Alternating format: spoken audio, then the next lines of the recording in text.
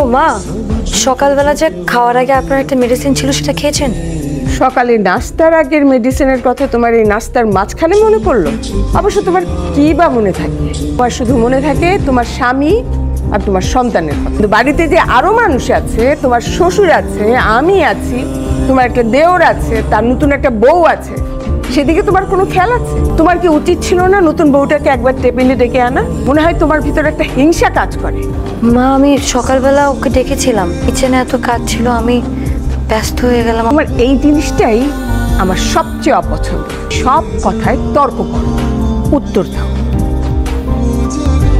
বাবা, আপনাকে একটা ব্রেড দিই? আমার কিচ্ছু লাগবে না, সবাই তো নাস্তা করেছে, তুমি তো করনি, তুমি নাস্তা করো। তোমার মুখটা এরকম সবসময় হানির মতন বানিয়ে রাখো কেন? হ্যাঁ, তোমার হাব ভাব দেখে মনে হয় বাইরের সমস্ত কাজকর্ম করে তারপরে বাসায় এসে আবার রান্না বান্না করো। এত কষ্ট দিই তোমাকে? আরে আরে, কি করলাই এটা? এতগুলো পানি দিয়ে দিলা। তোমার বাবা যে এত ঝোলালা তরকারি পছন্দ করে সেটা তুমি জানো না? ধরে বলছি তোমাকে। আচ্ছা, তোমার মন থাকে কোথায়? হ্যাঁ, তো তোমার মন নেই। তোর বউ কই, বাসায় না বাইরে? এই তো বাবা ঘরে আছে, ডাকছে। আলিয়া, দেখে যাও কে আসছে। মাশাআল্লাহ, অনেক ভালো বউ পাইছে। আরে মামা, ভালো আছেন? কোন আসলেন? এই লাগে এইটা আমার সাথে তো একদিনও থাকতে পারতো না। হ্যাঁ, কি এমন ব্যস্ত যে আমার লগে যোগাযোগ করে না? অফিসের চাপটা একটু বেশি তো, বাসায় আসার কিছু মনে থাকে না। আমি তো তোমার কথা কইনি, রুয়ানের কথা কইছি। আমি যাই একটু অফিসে কিছু কাজ আসতো আমার।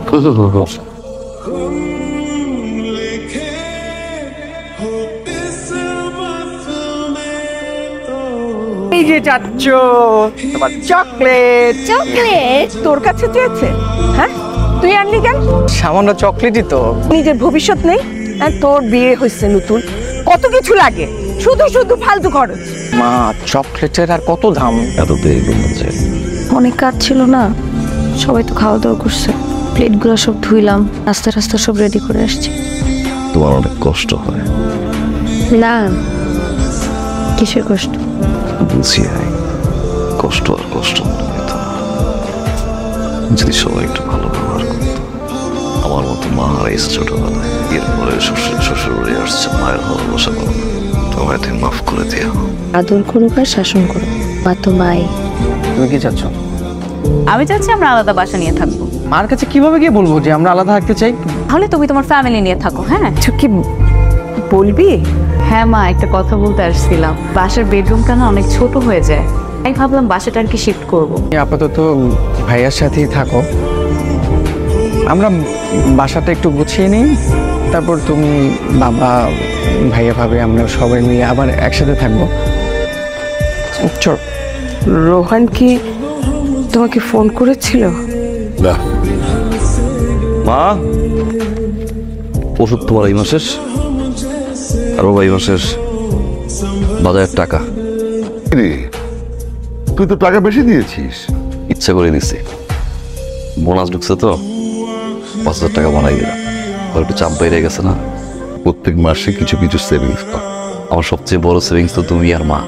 বাবা মা সুখে থাকবে, শান্তিতে থাকবে, ঘরের ভিতরে হাসি খুশি থাকবে। একটা সন্তানের জন্য এর চেয়ে বড় সেভিংস হয় না। মা, এই ওষুধগুলো লিখে দিছি, কোনটা কখন খাবা? তুই যদি তোর মা বেঁচে থাকতো আজকে খুব খুশি হতো রে। কি বললো বাবা, আমার মা তো বেঁচে আছে আর আমার নিয়ে অনেক খুশি।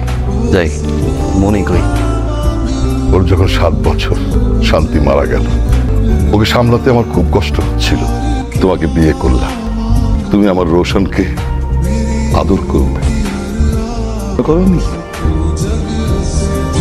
ও তোমার সৎ ছেলে বলে, মা বলে ডাক দিলে হাসি মুখে কোনোদিন উত্তরও দাও। নিজের বউটা একটু হাসি মুখে কথা বলেছ? বলো, আমার এত সুন্দর ফুটফুটে একটা নাতনি, তার সাথে ভালো ব্যবহার করেছো? বলেছে দাদু চলো রিক্সায় ঘুরে আসি, তুমি ভালোবাসা দিয়েছো, আদর দিয়েছো রোহানকে, কারণ ও তোমার পেটের ছেলে। তোমাকে, আমাকে, আমাদের সবাইকে অসহায় করে ফেলে রেখে স্বার্থপরের মতো চলে গেল। খোঁজ নিয়েছে এই পর্যন্ত? রাইট, নিয়ে ভবিষ্যতের জন্য চলে গেল। মা, মা, আমি না একদমই বুঝতে পারিনি, মানে আমার হাত থেকে পিছলে পড়ে গেছে। তুমি তুমি আমাকে খুব ভয় পাও তাই না মা? ভয় পাওয়ার মতনই তো কাজ করেছি আমি। আমার ভুলগুলো তুমি ক্ষমা করে দিতে পারবে না মা? আমার ভুলগুলো শুধরবার একটা সুযোগ থেকে আমাকে মা